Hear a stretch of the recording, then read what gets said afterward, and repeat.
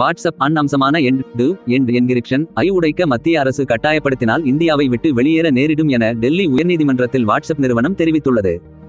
கடந்த 2021ஆம் ஆண்டு மத்திய அரசால் தகவல் தொழில்நுட்ப விதிகள் சட்டம் கொண்டு வரப்பட்டது. சமூக வலைதளங்களில் பயனாளர்களின் உரைகளை கவனித்து அவர்களை அடையாளம் காண வேண்டும் என மத்திய அரசு வலியுறுத்துவதாக மெட்டா நிறுவனம் சார்பில் டெல்லி உயர்நீதிமன்றத்தில் வழக்கு தொடரப்பட்டது. இந்த வழக்கு விசாரணைக்கு வந்த நிலையில் வாட்ஸ்அப் நிறுவனம் சார்பில் வாதிட்ட வழக்கறிஞர் தேஜஸ் கரியா, வாட்ஸ்அப்பின் பிரைவசியை கருத்தில் கொண்டே இந்தியாவில் 400 மில்லியன் மக்கள் இதனை பயன்படுத்துகின்றனர். எண்ட் டு எண்ட் என்கிரிப்ஷன் என்பது வாட்ஸ்அப்பில் மெசேஜ் அனுப்பியவரும் அதை பெறுபவரும் மட்டுமே தாங்கள் அனுப்பிய மெசேஜ்களை பார்க்க முடியும். இந்த அம்சத்தால் மட்டுமே மக்கள் அச்சமின்றி இதனை பயன்படுத்தி வருகின்றனர்.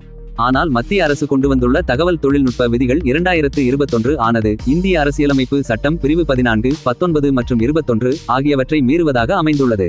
இதுபோன்ற விதி மற்ற எந்த நாடுகளிலும் இல்லை. ஏன் பிரேசிலில் கூட இல்லை. எந்த மெசேஜ்களை டிகிரிப்ட் செய்ய சொல்லி கேட்கப்படும் என்பது எங்களுக்கு தெரியாது. எனவே எண்ட் டு எண்ட் என்கிரிப்ஷன் ஐ உடைக்க மத்திய அரசு எங்களை கட்டாயப்படுத்தினால் இந்தியாவை விட்டு வெளியேற நேரிடும். சட்டத்திற்கு விளக்கம் அளித்த மத்திய அரசு வழக்கறிஞர், இன்றைய காலகட்டத்துக்கு இத்தகைய செயல்முறையும் சட்டமும் அவசியம் என வாதிட்டார்.